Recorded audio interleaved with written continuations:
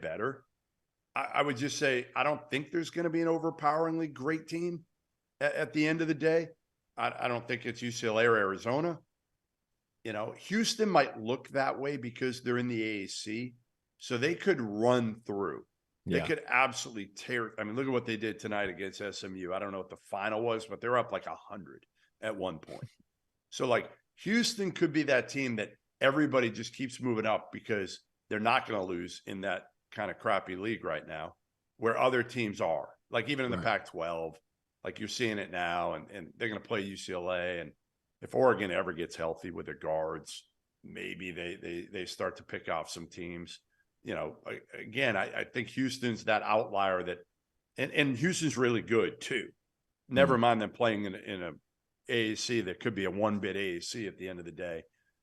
They're really good. They have all the pieces. Jarris Walker, when I was watching early, he was terrific tonight. I think the teams that I would lean on right now are people who know who they are. I don't think that, to go along with what Jeff said, there's no great team, but that just means there's a lot of great teams in my mind, because I'm a glass half full guy, fellas. So there's a lot of great teams right now. There's not one standout team. I think that's the big thing. But you look at teams and who know who they are. I think, like, is Tennessee a great team? No, but those dudes guard. Like, is UCLA a good team? Yeah, they're very good. But at the same time, they're battling some things. Like, it's just there aren't a ton of great teams. I think, to go back to the glass half empty version of this, but at the same time, there's a ton of parity in the sport. And I think a lot of that has to do with this extra year, or 2 years or 3 years. There's a lot of 30-year-olds playing college basketball right now for God knows what reason. Like, dude, go live your life, guys. But, like, there's a lot of old dudes playing college basketball, and there's a lot more talent in the ecosystem right now because of that extra year. So that's a big part of it. And that's the reason we don't have as many standouts. There's not as much concentration with the talent. So it comes down to coaching. The other thing I think we could say is there's more transfers. So there's more new guys, even if there's more talent on a specific team. Like, Duke's got talent, but they're young, like you said, against some older dudes. And then you've got a lot of teams that are just new and trying to figure it out chemistry-wise and roles and all that. There's just, it's harder to predict. Mm-hmm. All right, you would think one of the most talented teams would be Illinois.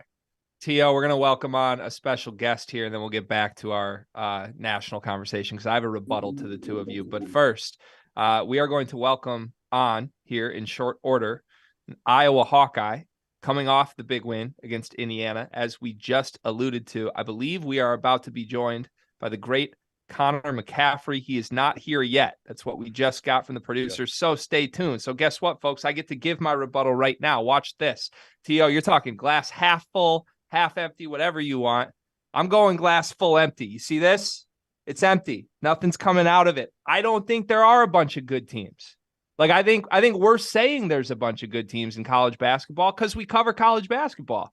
We want there to be good basketball teams, of course, but there's definitely not a great team in the sport. No, but that's fine. That's fine. It's fun. It's fun, right? There's parity in March. Like, an 11 seed could win the tournament this year. None of us would be surprised. But is it good for the sport? I don't know. Like, if we're talking this Houston team, Jeff, I agree right now, they're probably going to be the number one team in the poll next week. They deserve it. They've been good. They're 15-1. But this Houston team isn't close to what I thought this Houston team was going to be. They've struggled against lesser opponents. Jamal Shead is a shell of what I thought he would be this season. He's one of the most inefficient guards in the country, and he's a guy that makes them go. Yeah. So, I look up and down. There's teams we can point at and say, like you said, T.O., they're solid. They know who they are. They're well-rounded. They're fully realized. They have identities. But that doesn't mean to me that these are good basketball teams. I think, to me right now, this sounds crazy because I've hated on them for 6 months. I think Kansas is the best team in the country right now. Yeah, I have them at number one. I do. And again, they've almost lost a couple games here. Maybe they should have lost both of them due to officiating. But yeah, I'm with you. Again, there is no number one team. There's a bunch of teams that, to me, a week ago, we were all saying what? Purdue and UConn. Those are the two best teams in the country. And now we're like, all right, they're both top. UConn coming out of this weekend could be losing 3 in a row. They got Creighton, and they have really struggled against Creighton. They could lose 3 in a row, and Purdue could have been a basket away tonight from being on the verge of losing 3 in a row. Yeah, it's messy for sure. Even like looking back though, like a week ago we did Purdue and UConn, like you said. I have a feeling that's going to be a consistent exercise though, because like I know we all watch the sport, but like we're also trying to keep a pulse on the national scene. Like I'd be lying if I told you, T.O., I watch the ACC every single night. Like I got to call you when I want to get those insights. And like to me, the fact that Purdue was just the number 1 team in the country the last 3 weeks and they haven't covered a spread in 9 games until tonight, like it's like, has anybody even watched this team? They've not played up to what you would expect from them, let alone from a number 1 team in the country. So I'm baffled by it. I think this week, sure, it's Houston. I'm fine with that. We can call it Houston and Kansas if we want to, but I think like next week that probably flips. And on that point, okay, it's one thing to argue who is number 1 right now. How do we flip that to who is number 1 come March? Like, is there a team to you guys that is nowhere close to what they could be that you're still buying into, that you're willing to stake a claim on? T.O., who do you got? I still like Houston because they're beating the brakes off of SMU by 30, and they're still doing all the little things you need in order to break these leads open. Now, the only loss is to Alabama at home, and that was a hell of a game. But that being said, one thing that Sampson's teams are going to do is take care of the little things, and that's going to put you in position to be in position for a national championship if you're them, especially when you have guard play like they do. So they're the team just because they play harder than everybody and they have that guard talent this year. I still have Houston, towards the top. What if, all right, here's a what if for you. What if Baylor's guards are all healthy at the end? Flagler, Cryer, and Keontae George, and they get Jonathan Tchamwa-Tchatchoua back. And I don't know if he's coming back, and Scott Drew doesn't know if he's coming back. I know he's rehabbing like crazy. And I don't know. Those 3 guards, man, I'll put them up against just about anybody. Now, they've been hurt a lot over the last couple of years. Flagler and Cryer, feels like one of them's hurt all the time. But yeah, to me, I wouldn't bow out on Baylor and Scott Drew. I like that. I'd put him up against anybody except Mike Miles. That's the only one I might not put him up against after results in the last 48 hours. But that dude has that dude has turbo in his shoes. He is unbelievably fast, incredible, and he shoot the ball a little better too. Yeah, he's special. He's special. That's for sure. I believe we've got Connor McCaffery joining us here in mere seconds. There he is. We can see him, and we see a beautiful Iowa Hawkeyes backdrop as well. Connor, welcome on the show. You are live on the Field of 68 After Dark, my friend. Thanks for being here. Congrats on the win. How's it feel? Hey, what's going on, everybody? Thanks for having me. Thanks for being here. Feels good. I'm freaking tired, man. I'm run down. That was a hard fought game. Yeah, it looked like it. It looked like it. I said earlier on the show, I really thought you flipped that game with your intensity, with your competitiveness, with your toughness. I mean, you guys were getting, man, it was embarrassing early. It was embarrassing. You're down 21. And with what had happened over the last 3 games, Connor, were you almost like enough is enough? I wouldn't, I mean, to a certain extent, yes.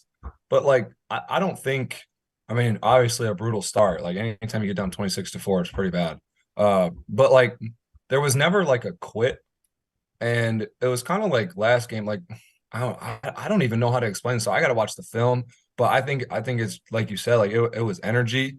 It was lack of awareness. Like we were a step late on everything. First, it starts first play of the game. I'm hugging Cop too close, and I'm a step late on getting over on Trace, and he gets an M1. Like that's a brutal start. That's on me. That's like a bet. And then it just spiraled from there. And then we were like a step late. But then, like if switch flipped and we were the aggressor, 100% from that point on. Like we were the aggressor, and it's that simple. We played harder, and they didn't know what to do against the zone. Like their coaching staff was looking. They had no idea. Like I don't know if they ever seen it before. Let me ask you this. It seems like you guys, it took you a second. Poor Fran, like he has to go berserk on the sidelines on you guys. You're going to give him an aneurysm. Like then it seems like after that, you guys really get going. That along with what you say, I mean, Pops brings the heat. That helped turn the energy as well, right? No, 100%. I mean, like we were screwing up. Like we were calling defenses, and like we weren't, like we were supposed to be pressing and then not pressing, and we were off on that. Like we were just weren't locked in. And that's on me, like honestly, because they were making the calls, and then I mean that's got to be me, like as the as the leader, as the captain, I got to be the one relaying that. And honestly, even like I would say, even I was a little taken aback by like kind of what was going on. Like it was, I mean, they're hitting even like they were hitting some contested ones too. Like Tamar Bates hit one in Chris's face. Hood makes one from 40 feet, like an absolute bomb. Like I'm just like, what is going on here? So, so you guys kind of got to. I mean, we took that punch. It was a hell of a punch. Almost got us, but it didn't. Connor, I was out to see you guys in Iowa City just a couple weeks ago for the Wisconsin game, and back and forth game. Honestly, there was a point in this one kind of gave me flashbacks. Like they had a little bit of a lead. You guys made a run. You came back. I think in this game tonight, there was about 4 minutes left, and Indiana had grabbed it back. They had control, 6-point game. Yeah, and from there, yep. And you guys just executed down the stretch away tonight that I didn't see a couple weeks ago. What gave you success down the stretch, final 4 minutes that let you pull away? Well, I mean, obviously making shots helps, making free throws helps. Having Chris like that's big. But like we got to the foul line, I think we were a little bit more aggressive. We didn't wait. Like against Wisconsin, we just didn't play fast. Like we kind of played their game, like their pace, their speed. And tonight, like we were getting going. Like even, I mean, we got down 84-78. We're pushing it. Like, I think I got the rip through foul because he was up on me. I make two, and then we get a stop, and we're pushing it, I'm pretty sure. And I think Chris got fouled, or maybe Phillip got fouled in the rebound. I can't remember exactly, but I just feel like we were more aggressive, and that just like carried over to defense also, and then our offensive game as well. Like we didn't play like we're gonna walk it up and try to play a bully ball style. We were going the whole game. We were going. We were playing to win. We weren't playing like tentative at all. And that's how we are. I mean, that's how we should be. Is this the game that gets you guys back on the right track in the Big Ten after going and losing at Nebraska, losing at Penn State? You guys needed to rally together, right? That second half, it seemed like you guys started to come together a lot more. Is this kind of what this Hawkeye team needed moving forward in conference? Yeah, I think so. I mean, like none of us knew, like we're not that bad. Like we're a good team. It's not like we were like thinking the season's over because like we lose. I mean, stunk at Nebraska, missed a million shots. We watched the film back. We got a lot of open shots, missed them all, like brutal. At Penn State, another brutal first half. But like that second half comeback, I really like. I felt like we were a little bit back in terms of our swag, and then I feel like we really kind of got it back tonight. I mean, but like it's no nights off. Like in the league, like you go to Rutgers now, who just beat Purdue on the road. I'm pretty sure they destroyed Maryland tonight. So I mean, it's not like it gets any easier. But like we've had some good competitions up at the rack. It's obviously tough to win there, but we're excited for that. But like I said, like we knew like we're not a bottom team in the league. We're just not. And I don't like nobody picked us as that. Nobody. I picked you to win the damn league. Yeah, like we're not like we're good, and we know we're good. We got the injury bug a little bit early. Like I really think we can rally, and we're gonna be all right. Hey man, got 3 home games coming up too after that. Yesterday was really tough, I'm sure, for you. It was tough for me. You know what I think of your brother. You know what I think of you. You know what I think of your brother. And when the news came out and I saw it, part of me was so sad reading the statement. And then I texted with your brother a little bit. Part of me was so proud of your brother for being so transparent about what he was going through, because it's so difficult. And your brother's gone through, he's gone through tougher things in his life. We know that, beating cancer. What's it been like for you as his older brother to watch Patrick have to step away from his team because of anxiety and mental health issues that he's dealing with? Yeah, no, I really just want to be there for him in every way, because I live with him. Like I see what everybody else doesn't see, right? Like I'm with him all the time. Like I see him when he was getting sick on game, like every game, like every time we had a game, he would be really down. Like it would just, I could just tell it was really wearing on him. And I was proud of him. And he made a comment to me, like he said to me, he was like, I just feel like I have to play. Like I've had, and I was like, hold on, bro. Like you do not have to do anything. Like I'll play 40. Like if we need to, like I got your back. Like you need to do what is right for you. If your health is taking such an effect because you're not enjoying this basketball thing, like there are more important things than what we're doing here at the end of the day. It's really like you got to have a bigger picture. And so I just try to talk to him through it and really just be there for him. Like if he's up sitting alone on the couch or something watching TV, I'll go talk to him. Like it never ends, right? Like we're always, I'm just trying to be there for him in every way that I can, ultimately. And I think that his spirits have been pretty good, and the outreach has been amazing. Hey, tell him I love him. Oh well, Please I tell him I appreciate it. love Yeah, him. no, I Get will. better, and that's the most important thing, man. Like is even seeing him on the bench made me smile. That he was out there, that he wasn't sitting back in his room. And I assume it gave you some motivation too, watching him over on the bench at points in the game. Yeah, no, it did. And I got a little emotional in the locker room after the game because he sits right next to me in the film room. So I was a little, I was feeling it a little with him right next to me for sure. Tears? Did we see McCaffery tears? I can cry a little bit. All right. I'm not like, Oh boy. Yeah, I echo everything that Jeff said. I think everybody that's a college basketball fan truly does. The way this has been handled, and for you guys to go out and get the emotional win in light of that tonight, super impressive. Everyone was happy to see it. I got one final question for you. And anybody that watched this game probably wants us to ask this question. What happened at the end of the game? Looked like we had a little skirmish, a little separation between the benches there. What did you see from your side? Are you talking about like in the handshake line or like with before time? the handshake line? Before there was like a minute left, I think, and it kind of looked like Fran was going at the Indiana bench a little bit. We couldn't really see from TV though. Well, I heard them like, so it was a timeout and I was like, but I was back like on the baseline and I heard them talking crazy like about my dad. Like they were talking shit. Oh, I'm sorry.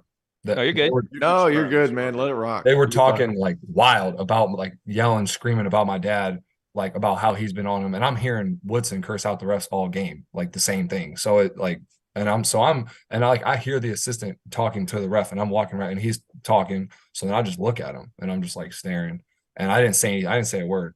And then he was like, he can't look at me. He can't look. So then I go back to the bench and then the ref, and then the coach was still complaining to the ref. So then my dad goes over there and is like, what's this dude complaining about? And then I see their whole bench get up and the coach like was like, you better back your ass up, like to my dad. And I was like, who are you? Like, who are you talking to? Like, so I go back over there and I go over there and I'm like, and then their whole bench was up and we were all up and they grabbed me because I couldn't foul out, obviously, but it was just some intense. Cooler heads prevailed there. Hey, what do you think when you see your dad go to like, FranCon 10, I think they call it, or whatever they call it. What do you think as his son? Like, do you feel like sometimes, hey, I better protect my dad? Because I mean, sometimes the look he gets is, oh my God. I mean, I don't know. Like, I think he knows, like he always knows what he's doing. Like I think he's like, I mean, he's definitely pissed. Like we were not getting a good whistle at the start of the game at all. Like it was brutal. Like it was the whistle at the start of the game was brutal, and he was pissed about it, like clearly. But like there was no like, I mean, he knew what he was doing the whole time. Hey, what about when you don't take the garbage out? Does he give you that look? No, never. He doesn't care about that. Don't do the dishes. Give me something not on the court that you've done that he'll give you. If I'm mean to my sister, really? If I'm mean, hey, that'll do it. Which is rare. Good. I'm glad. Listen, I'm glad. You got to be nice to your sister. And she's over here, so she hears me. All right, good. I feel like anybody who's interviewed Connor McCaffery is shocked by this. I feel like no one would expect you, of all people, to be mean to your sister, man. No, I'm not. I'm really not. I'm not. She's looking at me funny. But I'm all not. right, listen. We're going to let you get out. Heck of a win. Like I said, tell your brother that everybody's behind him. Everybody I've talked to is behind him. And if he needs anything, I texted him this, but you tell him he needs anything from anybody affiliated with us, specifically me, please, we'll do whatever. If he needs to, anything. He needs a guest appearance to kind of, spend some time. We're bringing him on. Got it for sure. right. I'll let him know. All right. I'll let him Hell of know. a win. Yeah. Thanks, thanks, Connor. Connor. Congrats Thanks, on the win. Connor. Thank you. Appreciate it. Got it. All right, that was Iowa's Connor McCaffery. Emotional win for the Hawkeyes, clearly in a variety of ways tonight. And gentlemen, we had a jam-packed show tonight. I mean, we had surprising results around the country, some dominant results around the country. We had 2 interviews tonight, Purdue's Fletcher Lawyer, Iowa's Connor McCaffery. Let's just go around the horn one final time. Let's put a bow on all of it. T.O., what do you want to end with for us? How fun was his description of of the dust up? Pretty good, right?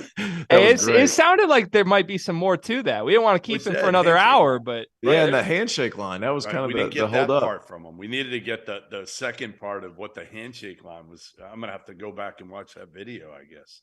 No, you can tell he's a McCaffery because he didn't hold anything back. We asked him a question, he went right at it. I love that. I love that. Me too. Yeah. Jeff? I mean, listen, it's funny because you went into this and we were like, all right, there's a couple good games, whatever. Like it delivered. Like college hoops I know you're saying there's no dominant teams, and there aren't. But that's the beauty. I think this year you're not going to circle a lot of games as like can't miss games. We're not going to have those, but we're going to have every single night because more teams are going to be in the hunt later this year. That's going to be the beauty. Normally you're going to get to like February and there's only going to be, 25 teams that are really keyed into. I think we might be keyed into more teams this year because again, you're going to have a little bit more parity than you normally have. Yep. I'll word that slightly differently. I think we're going to have more fun games than usual. That's fine. Because there's more bad basketball teams than usual. Okay. It's like, hey, you saw the glass, Jeff. The glass is half or full empty. So we'll see if it if we can pour something back in that. I just think again, like look at the Purdue Ohio State game. Like to me, good teams. You don't think Ohio State can be an Elite 8 team come February? You don't think Bryce Sensabaugh is a first round pick? They got some good players. They were without Zed Key. That, by the way, we didn't talk about that. Like Zed Key, they probably win that game if they have Zed Key. I thought Agpara did a nice job, but am I the only one that's surprised that they trapped from the ball from the person who threw it in? Like they strong side trapped. Yeah. Like for that last play, like, and not only that, the person who went to trap didn't wait for Edey to put the ball on the floor.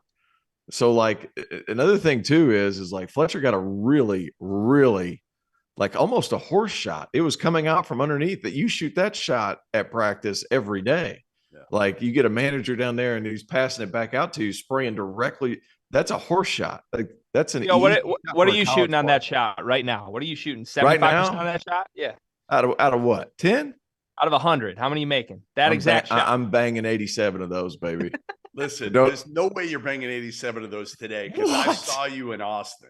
All right, I saw you shoot in Austin. I went what, 0 for 1, 0 for 2? It was bad. All I know is I just got off the plane. I had damn vertigo. I had vertigo.